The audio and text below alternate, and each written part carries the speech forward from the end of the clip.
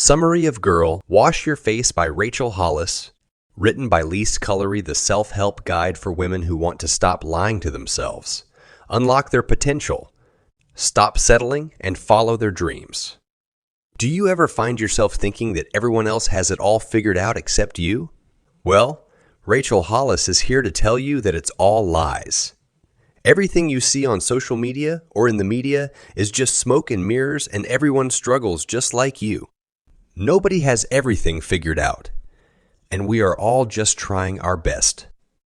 Rachel wants you to know that you do not have to settle. You don't have to continue thinking that you aren't good enough. Instead, you can accomplish your goals and follow your dreams. As the founder of the lifestyle website The Chick Site, Rachel has become the CEO of her own company and built an online community of women who she motivates through sharing tips for better living. Now, she wants to add you to her tight community of strong, powerful women and share the lies and misconceptions we tell ourselves that hold us back from living a joyful, productive life. She tells the cold, hard truth and doesn't sugarcoat it. By telling stories about her life, she explains how you can live the life you were meant to and provides tips at the end of each chapter to help you get there. The lie. Something else will make me happy when scrolling social media. We see pictures of people that live a glamorous life. Celebrities, influencers, maybe even our friends and family. People going on extravagant vacations, attending exclusive parties, and we envy them. Rachel Hollis is here to tell you that no one's life is that glamorous.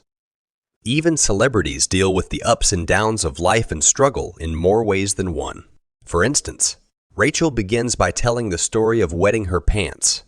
When jumping on the trampoline with her boys, she was quickly reminded of the changes in her body after giving birth to 3 children. While bladder control used to come easily, after popping out 3 kids, control was no longer a luxury she used to enjoy. As she cleaned herself up, her Facebook status was updated with images of her testing fancy dresses for the Academy Awards. On the outside, it seemed her life was luxurious as her husband had a job that allowed her to attend fancy events and get glammed up. However, no one knew how she was currently cleaning up her own urine while jumping on a trampoline. Social media, she realized, isn't an accurate representation of someone's life. No one posts the bad stuff, only the good. Rachel continues to explain that there is nothing glamorous about her life. As a wife, mother, friend, boss, and Christian, she messes up in each area just like every other human being. There is no such thing as perfection, and in a society that measures success through near impossible standards, we tend to beat ourselves up when we compare ourselves to others. However, Rachel falls into this trap too, believing that she has to have it all together to be happy and successful. She believes the key to success is taking action and responsibility. Don't be resigned to settling for something that makes you unhappy. Instead, make a change. It's doable and you can do it. The happiest of people know they aren't perfect, but they take responsibility and act. Rachel is one of those people, and that happiness is what others see when they tell her how flawless her life looks. But Rachel's life is far from flawless. In fact, she grew up in a troubled home, raised by dysfunctional parents with a brother who committed suicide in her first year of high school. This forced her to grow up faster than she should have, and she moved as far away as possible when she turned 18. She found happiness in LA. But it wasn't a new location that made her happy. It was many other factors that led to her journey of finding happiness. First, she stopped comparing herself to others. Measuring her success, achievements, and failures to others skewed her idea of what her life should look like. She simply focused on being better than the day before. Second, she made space in her life for only positive people and things. And lastly, she recognized the things that brought her spirit joy. If someone or something disturbs the peace within yourself, then move away. You can move away. The lie. I'll start tomorrow. How many times do you promise yourself that you'll start tomorrow? You'll start that diet. You'll start exercising. You'll stop smoking or stop drinking. But how many times do you break those promises? So many of us are guilty of this procrastination, and Rachel Hollis is not immune to this trait either. She considers herself a chronic procrastinator. Telling herself that she would start something and eventually never do it. Slipping up like this is only human, but to make a change in your life, you need to look inwards. Once you make a promise to yourself to start something, then start it. Would you go back on a promise you made to someone else? Probably not. So you shouldn't go back on the promises you make yourself either. For instance, Rachel once promised herself that she would run a few miles on the treadmill, and after a late dinner with friends, she kept that promise. She posted on Snapchat her treadmill session, and her friend was shocked that she ran a few miles so late in the night. Why couldn't she just run in the morning? Couldn't she break the routine just once? No. Rachel couldn't go back on the promise that she made herself. Do you trust people that break promises? No, because people that go back on their word become untrustworthy. And while you may not realize it, your subconscious takes note of the promises that you break within yourself and concludes that you cannot be relied upon. Your subconscious knows when you're all talk and no action. For example, had Rachel not been resolute in her goals, she would still be addicted to Diet Coke today. Quitting Diet Coke was the first promise that she made herself. And once she was able to accomplish keeping that promise, keeping every other the promise to herself became easier. Eventually, Rachel promised herself that she would run a marathon and write a novel. While those promises seem near impossible to some people, it becomes easier to accomplish your big promises once you practice by accomplishing the smaller one. And once you realize that keeping your promises is essential to accomplishing your goals, then you'll commit to fewer things. You'll commit to the things that bring you true happiness and give yourself to the things that truly matter to you. Start with the small things. Before committing to a diet, try drinking more water throughout the day. Set a goal of drinking water equivalent to half your body weight every day. Stop saying yes to everything. Just because something seems admirable doesn't mean you have to commit to it. Save your yes for the things that you know you can do and are important to you. Do a truthful audit of your actions in the past month and see how you've succeeded or failed in keeping your promises. The lie. I'm not good enough in today's society. It's hard not to believe that everyone else is doing better than you. You resign yourself to thinking that you aren't good enough for that dream job, or that you aren't a good enough mom, wife, sister, or friend. But that's not true. Instead, it's important to celebrate your achievements, big or small, and don't worry about what comes next. Celebrate the small things like getting the laundry done, doing the dishes, but don't neglect the big ones too, like getting a promotion or buying a new house. Celebrating your achievements will remind you that you are good enough. You are better than you were yesterday, and you'll be even better tomorrow. For Rachel, achievements were the only way that she measured her success.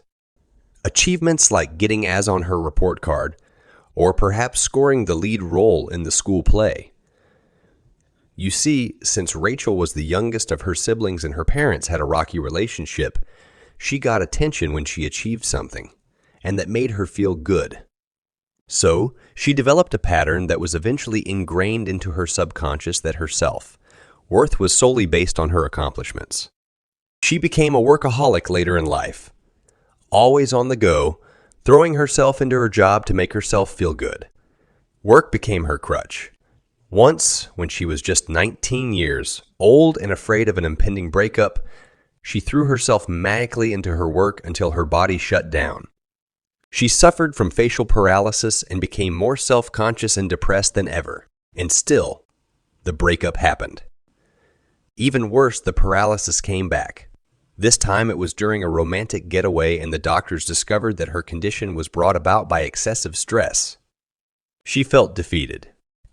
She had been giving advice to women for years about how to live their best life, and she broke one of the biggest rules. She didn't care for herself. Luckily, our bodies are very good at telling us when they are being overworked. But it's up to us to recognize the signs and take the necessary actions to listen to our bodies. Doctors told Rachel that she needed to do nothing. Nothing. How could a workaholic do nothing? So she forced herself to take rest periods where she would simply sit and do nothing. It wasn't easy, but she realized that this leisurely time was good for her and her body. So she immersed herself into therapy and began to study scripture, where she realized that her achievements weren't near as important as being a child of God. She learned to accept herself, and that even without all the big achievements, she would still be good enough. Invest in some therapy. This helped Rachel uncover the root of her addiction to work. Without that knowledge, any other solution would have been misinformed and misdirected. Go out of your way to seek happiness. Spare some energy for doing things that delight and relax you. You'd be surprised what taking time off can do for your work. You come first. You cannot give yourself if you are not healthy and happy, so put yourself first to become better for those around you. The lie? I'm better than you. How often do you find yourself judging other women? Whether it's conscious or not, you see that mother who keeps enabling her ill-mannered child at the store. Or you see a woman who is dressed too provocatively or even too modestly. Do you feel better when you judge these other women or pick at their faults? Sadly, no. Most of the time, the flaws that we point out are merely reflections of the ones that other people point out in us. It's a vicious cycle that needs to stop. Our words carry more weight than we realize, even when said in the absence of these other women, and the earlier we recognize the significance of our words and impact they have on our lives, the earlier we'll see the need to change our ways. Remember high school? For many girls, it was a time of immaturity, and Mean Girls and Rachel's experience was no different. She remembers the one time she criticized another girl at school, and it still haunts her to this day. It haunts her because she was attacking a girl who shaved her toes, and Rachel was doing the same grooming habits.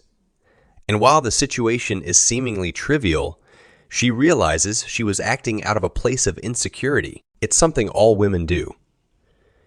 In fact, condemning others almost comes instinctively among women.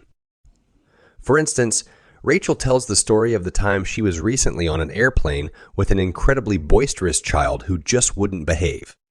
She found herself judging the mother for not controlling her child and making the flight more comfortable for those around her. When she finally came to her senses, she realized she could come up with a million reasons as to why that child wasn't behaving properly. She wasn't in that mother's shoes. Perhaps they had been traveling for over 24 hours, or maybe they had just experienced a death in the family, or what if the child suffers from a disability? Rachel didn't know the circumstances and found it unfair that she was criticizing this mother on the sole basis that her child wasn't behaving the way her children would behave. Judging others keeps us from building one another up when we need each other most. Perhaps that woman on the plane needed a simple reminder that she was good enough, or that she was a good mother despite her child misbehaving. We need to stop judging and tearing each other down. And the first step is to stop kidding yourself. Everyone judges whether you say it or not, a roll of the eye or a tilt of the head, and can say far more than words. At the end of the day, you are just as guilty as Rachel. The next step is to acknowledge that your way is not the only way. Many roads lead to the same destination, and your road may not be the same as another's. Stop thinking that you know all there is to know about anything, or that anyone who thinks differently than you is wrong. No topic illustrates this better than religion.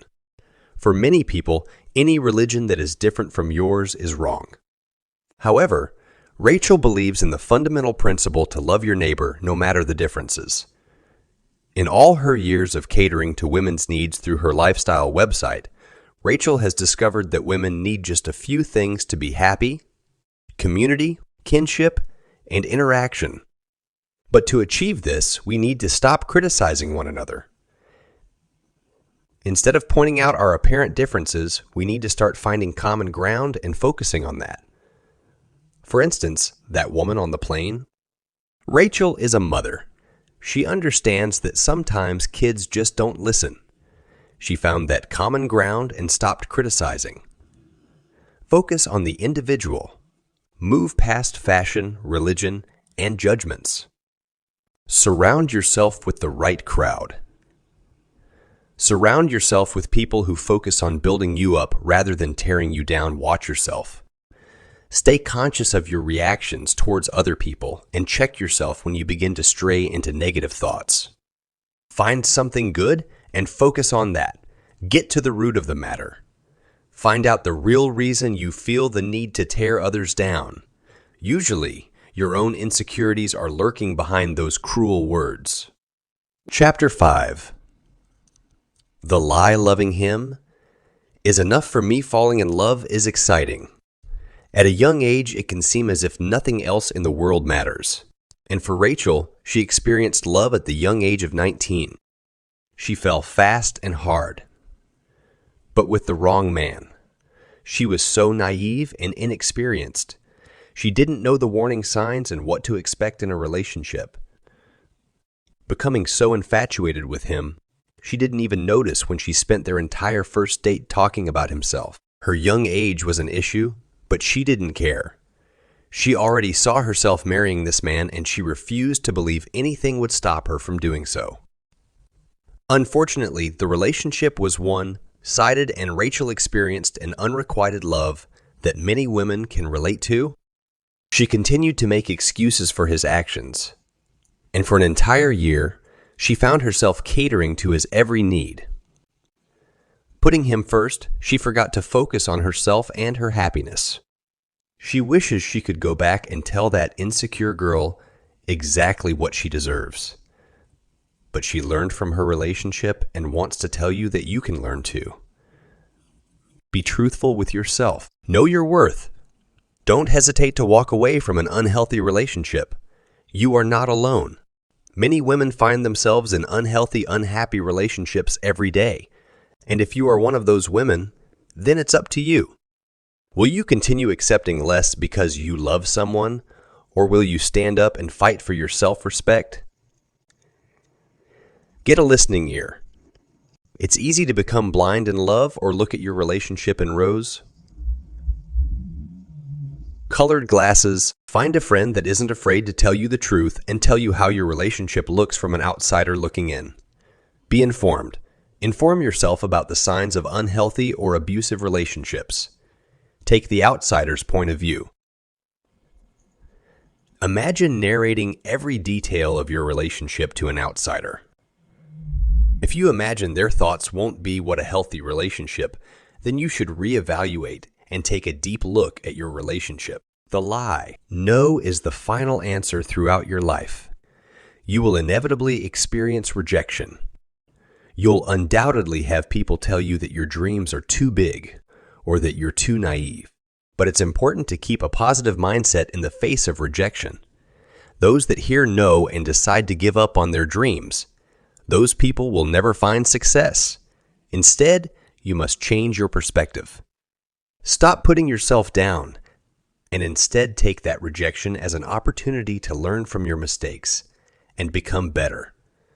We see life and the things that happen to us through our own filters, our own biases, and our own lens. So decide to always find the good in the bad. So, figure out your dreams and write them down. Write down the ones that you've never told anybody about because of fear, panic, or failure. Admit your fears. If you hold back on your fear, you will never be able to overcome them, and they will continue to hold you back. People give up on their dreams for many reasons. Maybe an influential person in their life told them it would never work out for them, or they just let the rejection get to them. There will be bad days. You will have your low points. Cry if you need to, then wipe your tears.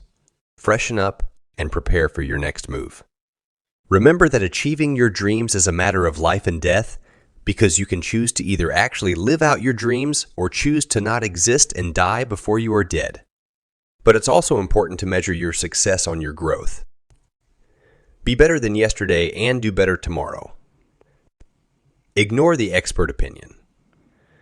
Don't be rude, but stick to your dreams sometimes when you encounter a hurdle. Change your course, but still be on your way to the desired destination. Be specific about your goals. Write them down and hang them where you can see them every day. The lies, "I don't know how to be a mom and I'm not a good mom," life becomes hectic, especially when you bring a new child into the world. With all of the media surrounding parenthood, it's easy to think that you're not doing it right, that you're a failure. No one tells you about the realities of bringing a new baby home, the resentment you feel, the disconnection. It can quickly become a dark place for any new mom. You may even become so worried about making a mistake that you forget to enjoy the small things like witnessing your baby smile or laugh. Don't try to live up to the expectations you see in the media or advertisements. Just put your heart and effort into feeding your baby, cuddling your baby, making sure you change the wet diapers and keeping the baby warm. That's it. It's not rocket science, but you can't neglect yourself either. Motherhood is hard and you'll inevitably make mistakes, but do your best and let everything else fall into place. Eventually, your newborn will grow up and life will become even more chaotic as you try to balance raising kids with everyday life stresses, like working and becoming involved in your children's lives. But it's important to remember that you can't please everyone. You'll only end up overworking and overextending yourself. And don't try to be perfect. Perfection is boring anyway. You'll inevitably question your parenting and become flooded with thoughts of not being good enough. But there is no right way to parent. What you do is best for you. Don't get caught up in trying to do what everyone else is doing if it won't work for you. It's okay to have different parenting styles. Being a parent is a mix of the good, the bad, and the ugly, but the end goal is to care about your kids and yourself. Take a break. Once in a while, do something besides being a mom. Go to the spa, go on a date, go swimming, see a movie. Taking time for yourself will improve your disposition, and your children will notice when you come home. You can be a better mom when you are happy and cheerful. Follow your dreams. Having kids doesn't mean you have to give up on accomplishing your goals and following your dreams. Don't struggle with your decisions as a mom because it doesn't look like what everyone else is doing. Do your best. Please your kids. Make your kids happy, and do the small things they want, like doing their hair or singing them a special song before bedtime. Figure out the moments that make you think I'm a proud mom and I love my kids, and do those things often. The beauty of parenthood is that there are no hard and fast rules for being a mom. Simply do what works for you and don't worry about anyone else. Look at the beautiful and amazing things about your kids and be proud of yourself as a mom. If the bad things outweigh the good, seek help. Get to know those other moms you're pitting yourself against. They struggle and make mistakes too, and you will see that not everything is always as it seems. Don't spend all the time working or being on your laptop or phone. Give your children piggyback rides. Build Lego castles with them. Make baby faces at them. The lie. I should be further along by now. Why is it that growing older scares us? Every year we grow another year older. Some of us believe another year has come and gone and we still haven't accomplished what we set out to. We create bucket lists and milestones, and we become defeated when we don't do everything on them. And life seems too short to get everything done. But that's a lie. It is never too late to do anything as long as you are still breathing. Instead, begin thinking about the presence of the little things you have and stop focusing on the absence of the things you haven't done. Rather than feel sad because you haven't achieved enough, put your time and effort into what you have right now and watch it bloom, grow, and flourish. Trust the process and cherish it. Trust that everything will fall into place, and remember that you are only one person. You can't do everything. Most times, the greatest and most amazing things that happen to us will never be on our bucket lists. They are the things that came along because you did your best and trusted the process. So, calm down. Be happy with the things you have achieved and don't dwell on the things you haven't. You are exactly where you are meant to be. And you will end up exactly where you are supposed to go. Appreciate yourself and come up with a list of the things you have achieved, even the littlest things. It helps your psyche and shows you that you can achieve even more. Make sure you talk to someone. A burden shared is halved. Set goals, but do not attach unrealistic deadlines to them. The lie. I am defined by my weight in a social media obsessed society. It's easy to become concerned about your looks and your weight. Most women struggle with something they don't like about themselves. But you can't let your weight define you. Your weight doesn't characterize you as a person. However, you only have one body, so you need to treat it right. Should you love yourself for who you are? Yes. Are you an amazing person as you are? Yes. But your body is a gift and you need to treat it as such. If you really want to love and appreciate your body, you simply have to start taking care of it. Staying healthy isn't hard.